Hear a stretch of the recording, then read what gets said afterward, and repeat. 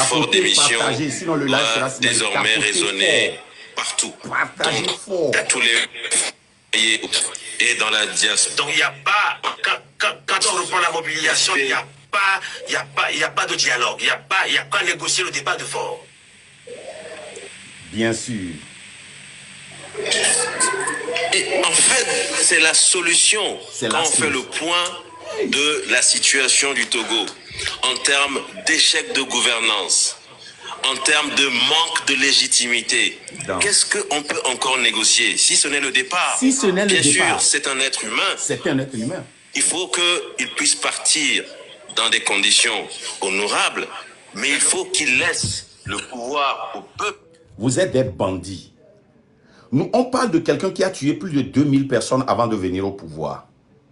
On parle de quelqu'un qui, si c'est vrai, vient d'arrêter sa propre femme. La femme qu'il a épousée est la femme de son grand frère qu'il a tué. Et il l'a pris.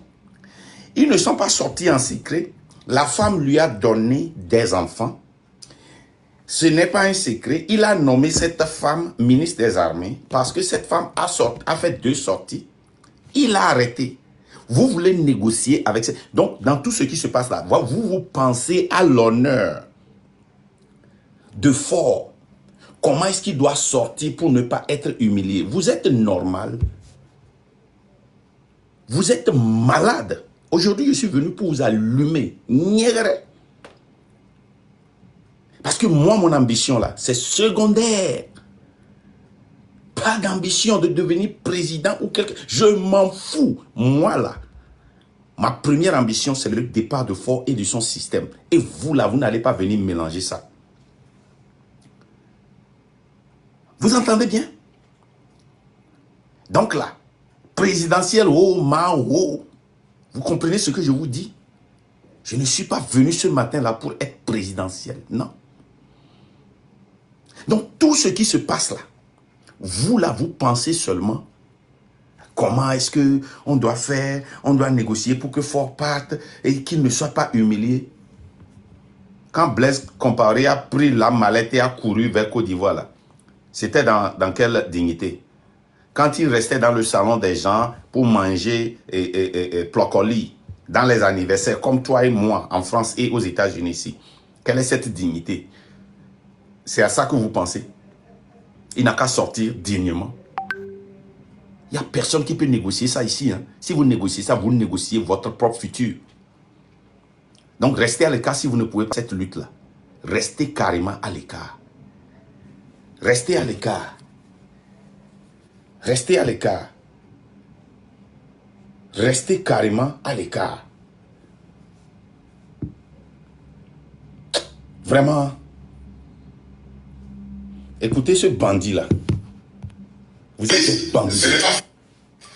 Les conditions dans lesquelles ces élections sont déroulées et qu'on voulait utiliser uniquement les résultats de ces élections pour renforcer la 5e République. Vous avez vu au moins nos 2 partis ici autour de la table. Le premier, au détriment de nos intérêts supposés. Pardon. Pour eux, le fait qu'ils sont allés à ces élections et le résultat a uni ces 2 partis-là sur la même table est à féliciter. C'est votre vision, ça. Vous êtes allé à ces élections, vous avez gagné, mais vous n'avez pas siégé. Que ça a eu des résultats. Ils sont venus vous demander pardon à la maison. Ce que vous demandez toujours au train de la liberté de faire, de vous écrire des lettres. C'est votre honneur. Mais vous avez oublié que c'est là-bas que la mayonnaise, que la saucisse, elle est faite. Qu'il faut débattre la Constitution, qu'il faut alerter le peuple. Vous êtes allés vous asseoir.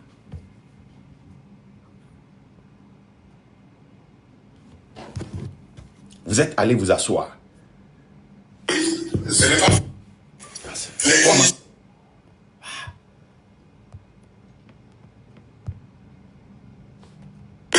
Ce n'est pas... Les conditions dans lesquelles ces élections sont déroulées et qu'on voulait utiliser uniquement les résultats de ces élections pour renforcer la 5e République.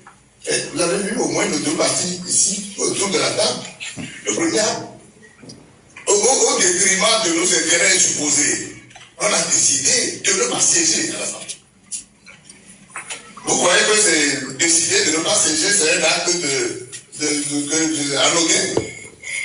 Les gens nous ont interpellés. Pourquoi vous ne voulez pas? Vous voyez, on a reçu des visites, des chefs cantons, de machin qui ont défilé dans nos maisons.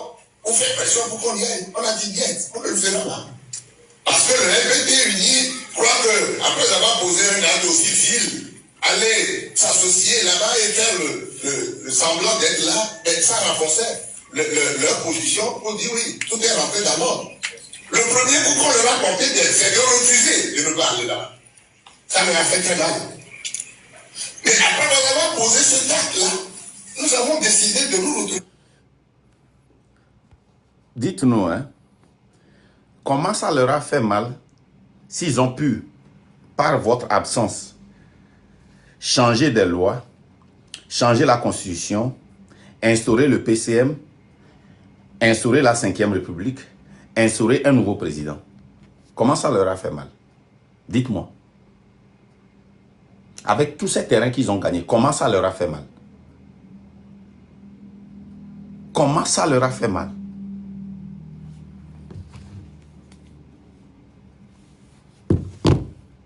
Avec d'autres d'ailleurs, certains, en fin de compte, n'ont plus voulu. Mais nous sommes retrouvés dans le format actuel pour adopter une charte. Et dans la charte, on a dit beaucoup de choses. Vous vous rappelez de la charte dont il parle? Vous vous rappelez de cette charte? Pour lui, c'est un accomplissement. Pour lui, c'est un accomplissement. C'est ce que toi, un politicien, un leader de parti politique, c'est ça que tu amènes comme résultat à tes partisans. C'est ça que tu amènes comme résultat à tes partisans. Vous êtes des bandits de rue. Je vous dis, vous êtes des bandits de rue. You guys are dogs. Vous êtes des bandits. Vous êtes pire que forts. Je vous le dis aujourd'hui. Le problème de notre pays, c'est... Bon, c'est vrai que nous recherchons le même résultat, mais on remarque souvent des coups bas, etc. C'est ça qui nous affaiblit. Et nous avons mis des choses qu'on doit faire désormais pour qu'on ait du respect les uns.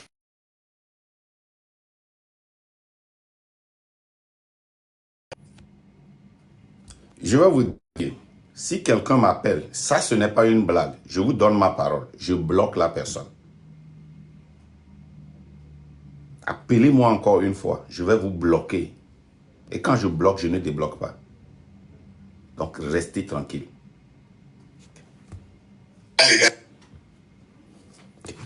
On va suivre la deuxième vidéo. Et nous avons commencé des manifestations. Nous avons lancé les meetings, les 2 meetings. Bon, c'est vrai, les résultats sont là, on a vu. Et on peut considérer ce meeting-là comme le point de départ, justement, de la mobilisation. Le meeting que vous avez fait à Kassimé, c'est le point de départ de la mobilisation. C'était un découragement total. C'était une déception. C'était honteux. C'était humiliant. Vous-même, vous êtes venu, vous l'avez reconnu. Ce n'est pas le départ de la mobilisation, non. Le départ de la mobilisation, c'est l'arrestation de Amron. Un point, un trait. Le départ, ce qui a causé la mobilisation, c'est l'arrestation de Amron. Disons-nous la vérité. Ça ne tue pas. La vérité ne tue pas. La vérité ne tue pas. Ok? La mobilisation a commencé par ces meetings. On a vu que la sortie des Togolais était assez mitigée. Mais au bout de ce meeting, les gens nous ont dit ça suffit. Vous avez fait le meeting. Décidez maintenant d'aller à une marche. Les appels sont venus de toutes parts. Et nous avons même programmé. On ne vous a pas demandé d'aller aux marches. On vous a demandé de faire des protestations, des révoltes pour amener la révolution populaire pacifique. Les marches d'un point A à un point B ne nous a jamais amené nulle part. Vous avez fait ça plusieurs fois, des millions de fois. Si il y a un diplôme à donner dans les marches là, vous les partis d'opposition, vous aurez des milliers de diplômes dans votre chambre. Mais vous n'en avez pas. Pourquoi? Pourquoi le peuple a refusé de sortir pendant des années? C'est parce qu'ils n'ont pas confiance en vous. Nous avons gardé la lumière. Continuez pas à conscientiser 24 heures sur 24 dans le train de la liberté. Sinon, cette lutte-là était morte. Bloquez les vidéos là. C'est pour signaler. Bloquez-les rapidement, s'il vous plaît. Les vidéos pornographiques là, bloquez-les rapidement. C'est pour signaler. Ils vont finir. Les gars, vous voyez qu'on descend encore de 2300, on est à 2100. Pourquoi? Ça veut dire que les signalements ont commencé. Tapez fort, on peut overcome. Ok?